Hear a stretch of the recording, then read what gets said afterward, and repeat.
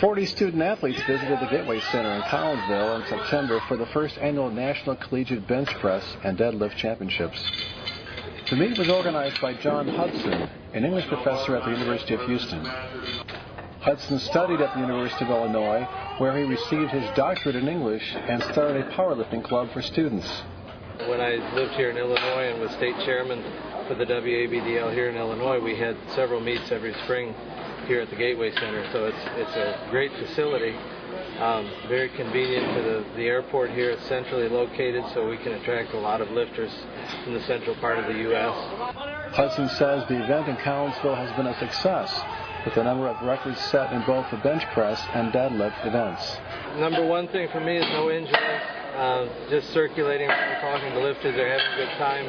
We've had several world records established today, including a 705-pound bench by a guy weighing 215 pounds, which is pretty incredible. Hudson brought 13 athletes with him to the meet from Houston. Many of them are glad to visit and stay in Collinsville since they are without water service and electricity because of Hurricane Ike. University of Houston team captain Gabriel Perkins, Chanel Lewis, and Robert Ramos all made the 15-hour trip from Houston to the Gateway Center in Collinsville. We lost power for about 2 days. We had family come in from LaPorte and Pasadena, so of course we didn't have our room, which is fine because we're helping others out. We had 2 rooms come in, but other than that, it wasn't too terrible. We didn't have flood damage.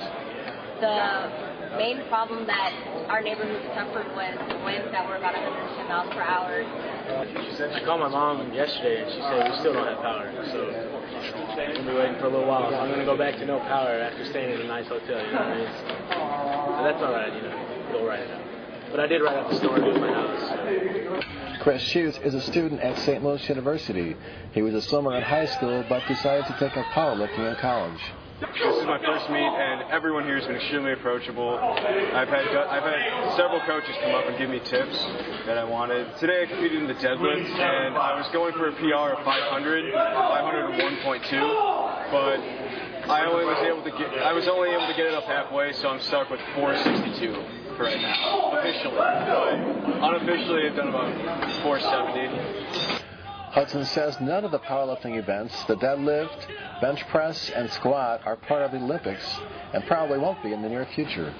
If powerlifting did become an Olympic sport, then a lot of countries with more limited budgets for sports, they would find their Olympic weightlifting teams having to compete with powerlifting for athletes and money, and I think they don't want that, and that's one reason I suspect that we're not an Olympic sport yet, and probably won't be an Olympic sport for some time to come.